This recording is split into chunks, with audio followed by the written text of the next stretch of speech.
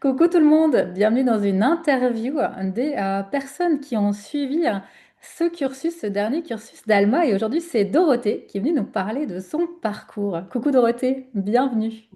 Merci, Christa. Bonjour tout le monde.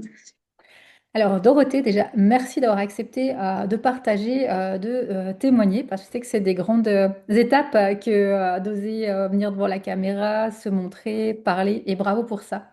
Et bravo aussi pour tout le parcours que tu as fait jusqu'à maintenant. Et on va revenir justement sur ce parcours-là. Alors peut-être avant qu'on revienne sur ce chemin dans Alma, est-ce que tu pourrais te présenter aux personnes qui vont te découvrir aujourd'hui sur cette interview et nous dire un peu ce que tu fais en tant que professionnel thérapeute? Oui, alors je suis Dorothée, je suis une femme neuroatypique. Euh, j'ai pu mettre un nom sur ma particularité il y a 18 mois suite à un burn-out. Ça a été un raz-de-marée, mais le plus beau cadeau que j'ai pu avoir. Suite à ça, je me suis formée, je suis donc coach de vie et thérapeute fleur de bac. Et puis, j'anime également des ateliers de crochet et je suis en formation de numérologie. Et puis, je suis salariée à 60% actuellement. Et puis, au-delà, je développe mon activité indépendante. Et Mm. puis, pour trouver un équilibre de vie qui soit adapté à mon fonctionnement. Mm. Et alors, qu'est-ce qui, toi, t'a donné envie de prendre l'accompagnement Alma en septembre dernier? J'avais envie d'avoir une bonne structure, des bonnes bases pour développer mon entreprise, pour que ce soit plus stable, plus aligné finalement, et que je puisse vraiment avoir quelque chose de solide pour pouvoir vivre de mon activité par la suite entièrement. Mhm.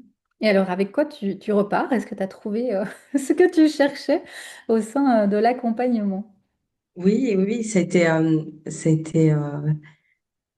déjà, j'ai fait la formation donc au niveau de l'académie avec toi et d'avoir pu faire connaissance, d'avoir pu voir ce que tu proposes, comment tu accompagnes. Pour moi, c'est précieux parce qu'il y a une structure, il y a une écoute, c'est adapté à, à chaque situation finalement. Euh, et ça me permet vraiment d'aller voir ce que j'ai à améliorer et à travailler, à prendre conscience pour pouvoir mettre en place les choses et lever les freins qu'il pourrait y avoir. Mhm. Merci. J'ai chaud parce que je connais pas les, les réponses des questions. Heureusement que tu as dit oui. Alors, merci beaucoup en tout cas pour ta confiance et bravo pour tout ce que tu as fait justement. Et est-ce que tu peux nous dire qu'est-ce qui a été pour toi le point fort d'Alma? Qu'est-ce qui a été l'élément qui a été le plus soutenant dans alors on n'a pas fini le parcours, mais dans ces 5 premiers mois ensemble? Donc, ce qui a été le plus soutenant pour moi, c'est l'accompagnement avec toi en one-one, ça permet de vraiment mettre la lumière sur les blocages, sur les freins et prendre conscience de ce que j'ai à mettre en place et comment sortir de ma zone de confort. Je crois vraiment que pour y arriver, c'est ce qui est primordial. Euh, avec l'authenticité, avec le courage d'affronter et de mettre en lumière tout ça. Ça permet de construire en fait ce que, ce que j'ai envie. Et ça a été très, très précieux. Et puis en parallèle, j'ai beaucoup aimé les cercles une fois par mois avec les échanges entre les différents participants à Alma, qui a été ça a été précieux parce qu'on n'est pas tous au même moment avec les mêmes difficultés, mais finalement, on entend les choses, puis le jour où on les vit, si on n'était pas concerné jusque-là, ça nous permet de relativiser un petit peu, puis de se sentir moins seul et de voir que c'est normal, c'est dans le cheminement. Et, et ça, c'est très soutenant, ouais, de pouvoir avoir ces échanges de partage, d'expérience et de vécu. Ouais. Mm. Ouais, effectivement, les coachings 1 et puis les cercles, c'est vraiment aussi les grands moments. Là, quand j'ai créé Alma, c'est vraiment ce que moi, j'avais besoin, quand je voulais être accompagnée, autant d'avoir du personnalisé, un mentor, un coach qui soit là pour voir un peu d'en haut ce qui se passait et puis pouvoir voir les points morts, voir où est-ce qu'on peut avancer, comme tu dis, les freins. Et puis d'autre côté, ne pas être seul dans son entreprise, ne pas être seul dans son projet, avoir d'autres personnes autour de soi qui soit vivent la même chose que nous, soit ont vécu à un moment la même chose ou inversement, et ça fait vraiment du bien, ce groupe, ce soutien. Ça permet aussi d'avancer et d'avancer ensemble, là, et je te rejoins là. Et tu parlais d'être sorti de ta zone de connu, de confort durant ces mois.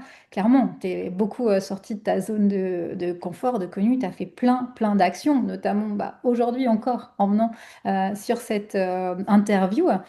Est-ce que tu peux nous parler d'une ou deux actions fortes que tu as fait durant ces derniers mois et dont tu es fier? Oui, bah déjà de parler de moi, de me montrer, ça Mm. c'est quelque chose qui était vraiment pas facile pour moi. Euh, et puis ben de finalement de vraiment me découvrir et de voir qu'est-ce qui m'anime et avec quoi j'ai envie de fonctionner maintenant. Euh, oui, j'ai lancé ces ateliers de crochet pour se reconnecter à soi. Dans mon accompagnement de coaching, j'inclus les fleurs de bac et puis gentiment la numérologie parce que c'est des outils hyper précieux et soutenants. Et plus j'avance, plus je me connais et ça, c'est vraiment puissant en fait comme, Comme chemin. comme combinaison, comme chemin. Ouais, Oui. clairement. Je trouve que c'est ça aussi qui est riche. Tu le disais dans ta présentation de départ, que tu as profil neuroatypique que tu as découvert suite à un diagnostic il y a un peu plus d'une année. Et vraiment de voir que tu as plein de potentiel en fait. Autant chez toi, il y a justement ce crochet, les fleurs de bac, les coachings, maintenant la numérologie, et que tu as réussi à pouvoir créer avec tout ça tes propres ateliers, ton propre univers.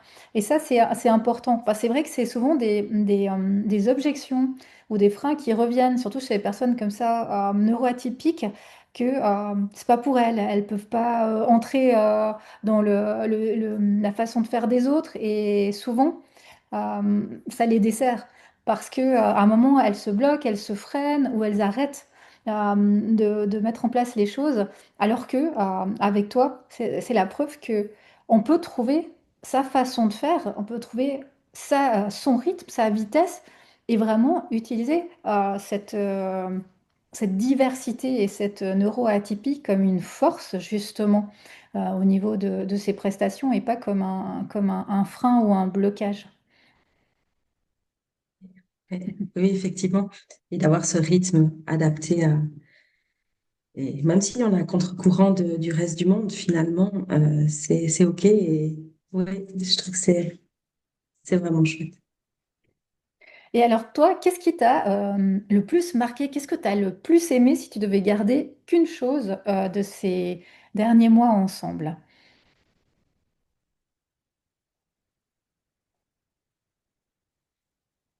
Ton accompagnement, de manière générale, c'est vraiment à l'écoute, c'est authentique, c'est aligné, c'est cohérent du début à la fin, c'est soutenant, donc c'est vraiment un ensemble finalement de ce que tu amènes de par ton accompagnement. Et qu'est-ce que tu as envie de dire pour terminer à une personne qui hésite? Parce que souvent, c'est des grandes étapes que de choisir de se faire accompagner comme ça sur 7 mois. C'est un investissement hein, de toutes les parts, hein. Un investissement financier, mais aussi un investissement de temps, un investissement aussi d'oser, hein, parce qu'on sait, ok, j'ai investi là, j'ai des mois, j'ai 7 mois, il faut que ça bouge, j'y vais, je passe à l'action, il y a eu des grands changements. De ton côté, juste pour citer quelques exemples, tu as quand même appris un cabinet, fait tes premières portes ouvertes, fait tes premiers ateliers de crochet, baissé ton temps de travail salarié, entre autres. Donc vraiment, il s'en est passé des choses là dans ces derniers mois. Qu'est-ce que tu lui dirais à cette personne qui se dit, ouais, quand même, je sais pas si c'est le bon moment pour moi fois où j'hésite encore, est-ce que tu lui conseillerais de venir? Qu'est-ce que tu aurais envie de lui dire? Il n'y a pas de bon moment. Euh, Là maintenant, s'il y a besoin que ça bouge, il faut y aller. Il faut y aller. C'est pas en attendant qu'il y ait quelque chose qui nous arrive sur le nez que ouais, c'est dommage d'en arriver là. Je l'ai vécu et je me dis, dès qu'il y a de l'élan, il faut y aller, quoi. La vie est assez courte. Et c'est vraiment un accompagnement de qualité. Et moi, ça m'a changé la vie, vraiment. Ouais, c'est arrivé au bon moment. Il faut savoir saisir les opportunités aussi. Et si ça appelle, franchement, il faut oser. Ça vaut la peine, vraiment. Eh ben, merci Dorothée d'avoir pris le temps aujourd'hui de venir nous parler de ces quelques mots ensemble dans Alma. Ça a vraiment été un réel plaisir et ça l'est encore puisqu'on n'a pas fini notre accompagnement de t'accompagner, de voir à chaque étape justement les nouveaux pas d'audace mis en place et les résultats. Parce que quand on ose, il y a des résultats dans le concret, dans la matière, et bravo pour tout ça. On mettra aussi tous les liens sous cette vidéo pour que les gens qui veulent te découvrir, que ce soit sur les réseaux, que ce soit dans la ville, venir à ton cabinet à Sion, puissent également te découvrir et en savoir plus sur ce que tu fais.